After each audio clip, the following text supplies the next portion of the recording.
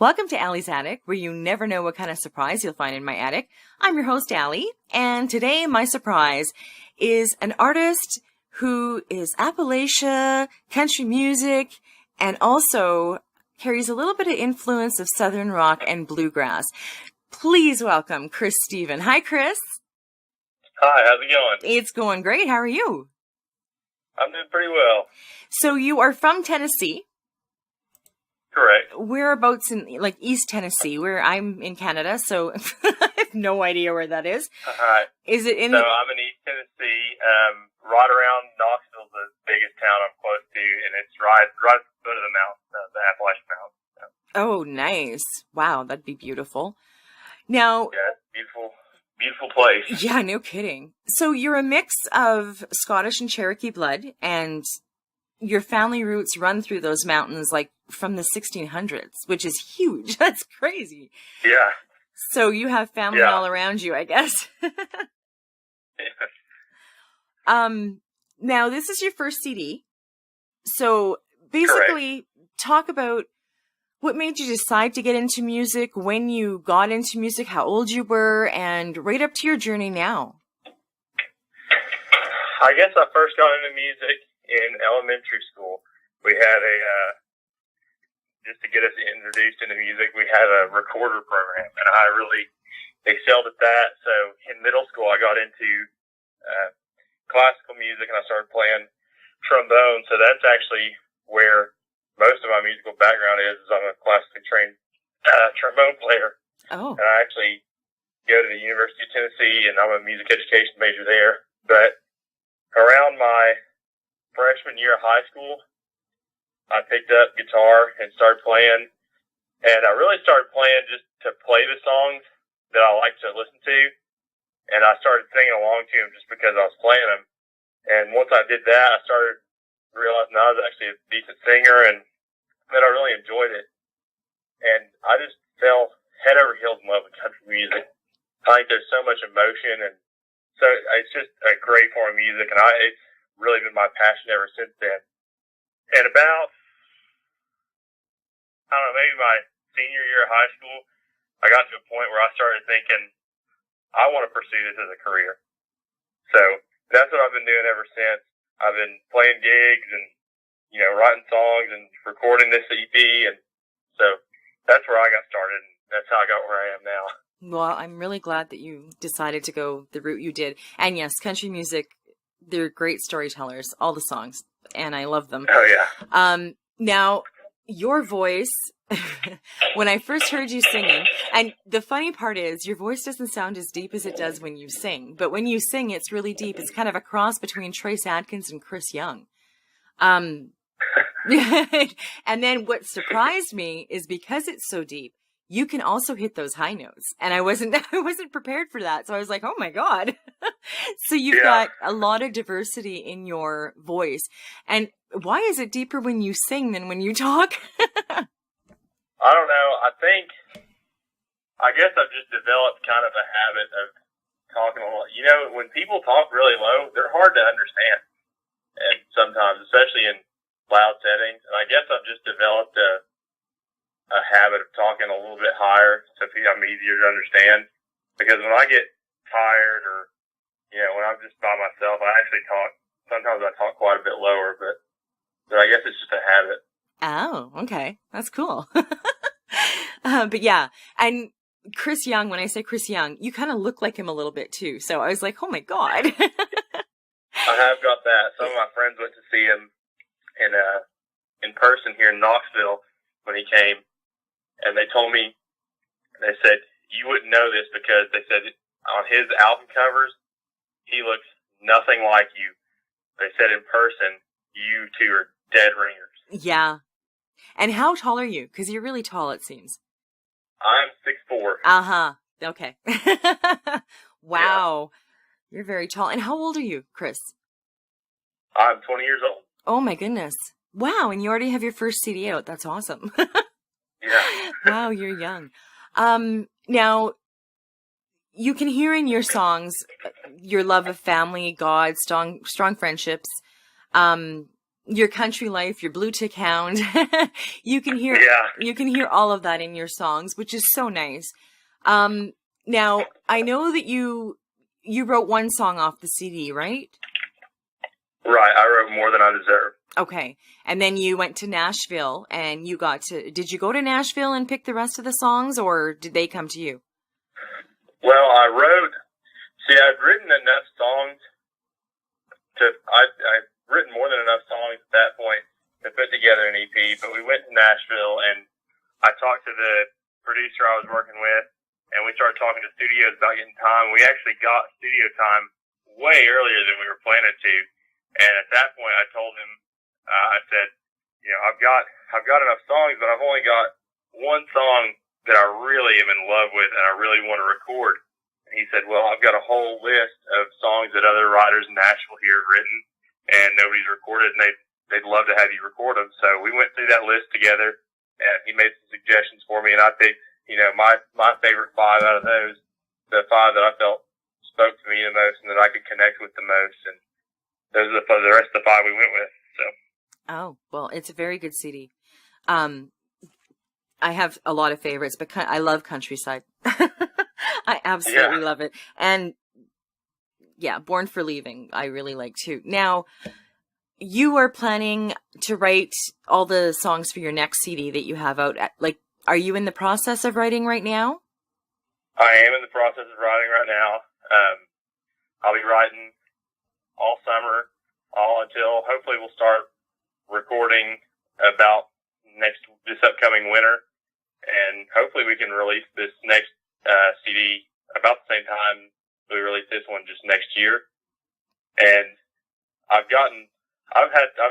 finished several songs that I think are potential ones for the CD. I think something a lot of people don't realize is when you're a songwriter, there's a lot of songs you write that never go anywhere, that never wind up on a CD. Mm-hmm. It's just a select few out of all the ones you write are ones that you really love and really want to record. So, yeah, that always happens.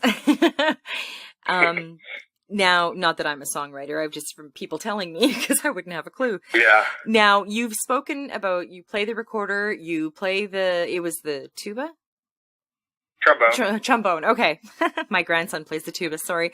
And God, I feel old now that I said grandson and you're 20 years old. Anyway, you play the guitar. Is there any other instruments that you play? I also play bagpipes, and then I play a little bit of everything, because being a music education major, we actually have to take classes on every instrument. So I can play a little bit of non-fretted string instruments like violin and viola. I can play saxophone, flute, clarinet, all a little bit. I'm decent at piano. Just all the mainstream instruments I have to know a little bit, and then I also play dulcimer a little bit. Wow. Okay, you melted me when you said bagpipes. Both my grandparents. I've said this so many times this week. It's so weird. Both my grandparents are from Scotland, and my grandfather. Really? Yeah, he used to play. My grandfather played the bagpipes, so I'm in love with Wow. the bagpipes. Yeah. Yeah. Now, okay, so you went to school for music education? Correct. I'm a music education major at the University of Tennessee, so hoping to become the backup plan is to become a high school band director. Oh wow, that's cool. So, well, I think you're going to soar in what you're doing right now. So I don't know if you'll ever. So. Yeah, you'll never have to be a teacher, but teaching is fun. Now, you do so many things that I do, but I don't live where you live, which I wish I did with the mountains there. But like you like hunting and fishing and hiking and kayaking and everything outdoors. And that is cool, because so do I. You put me on a boat with a fishing rod and I could stay there for the whole entire summer. Yeah. It's just I actually just got back from doing that. I was out fishing on the boat this morning. Oh, nice. Okay, now I'm so jealous. Now, equally important to you is your strong sense of freedom, liberty, and patriotism. And there's a couple of posts on your Twitter that you can see that you're very patriotic. And is that just like all your family is like that, or it's just something that's instilled in you, or? I think it's partially, I think I got some of it from my dad and, you know, the rest of my family.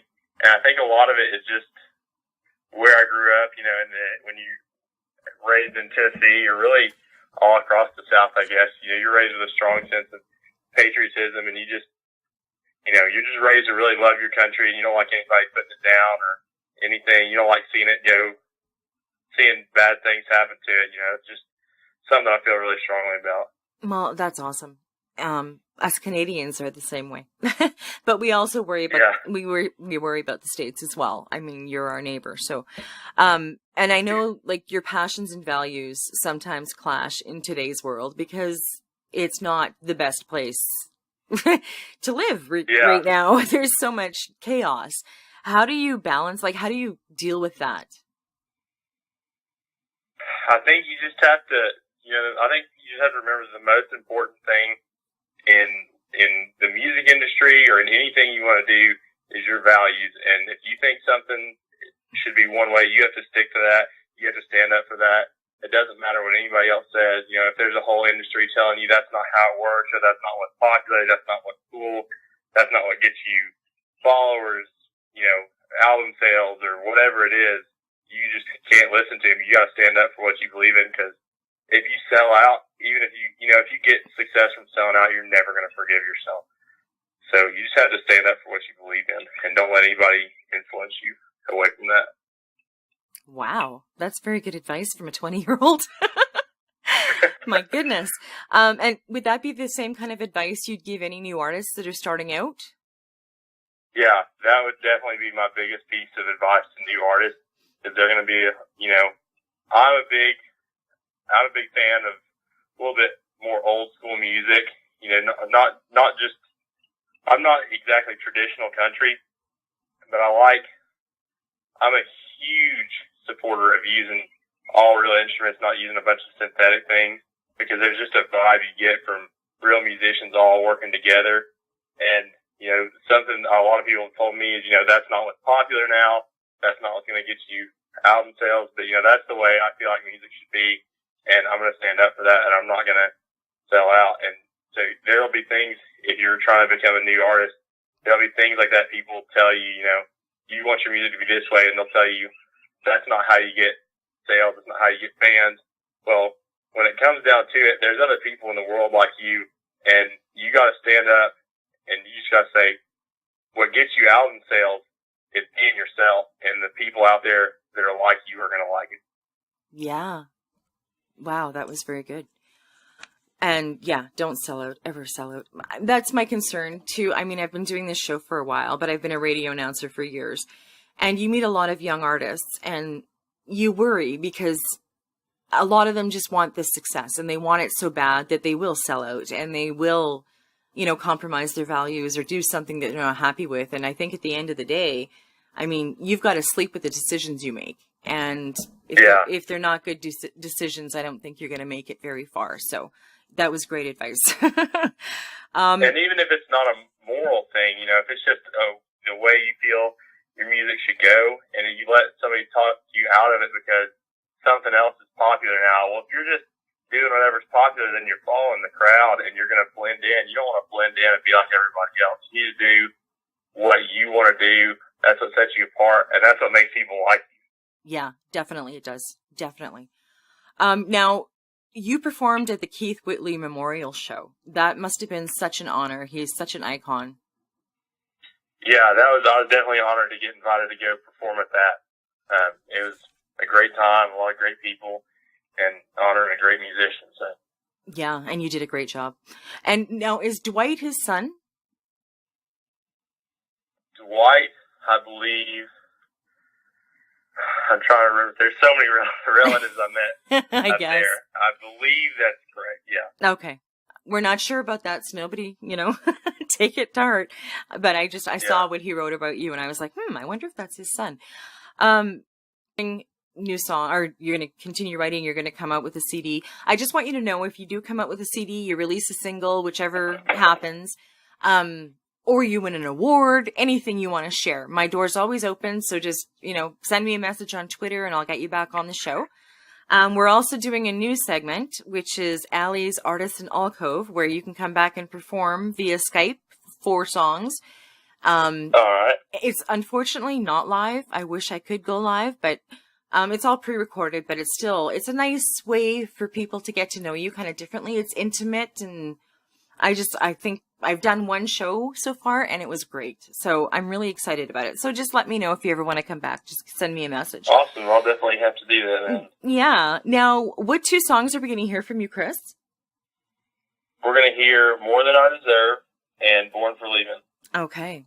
And you wrote Born for Leaving or More Than I Deserve? More Than I Deserve, right? More Than I Deserve. Okay. Now, just so everybody knows, I'm going to reiterate. You have a Blue Tick Hound. Do you only have 1 or do you have 2? I have 1. The album cover, actually the smaller dog on there is mine. His name is Bocephus. And then the older one, his name is Smokey. And that was a friend of mine's dog that I borrowed for the photo to get a good picture. Great name. Yeah. Okay. I just wanted to know because I saw 2. And you are single, ladies. He's 20 years old, 6'4", voice like chocolate, and he's single, just so everybody out there knows.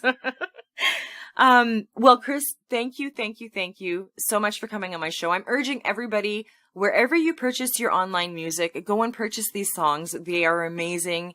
They will melt you. His voice, like I said, is like chocolate. And you can also go to his website, which will be up on my website, but it's chrissteven.com. Now I'm going to spell it because it's not how it sounds. It's Chris and then it's STEPHEN.com so people can find you. And listen to his songs when I post them because they're just beautiful. So Chris, once again, I wish you all the best. I know you're going to soar. I mean, your voice alone is going to sell you. Thank you very much. You're welcome. And thank you for coming on my show. I'm glad to be here. And thank you for joining me on Allie's Attic. Keep checking my website because you never know what kind of surprises you'll find in my attic. Cheers.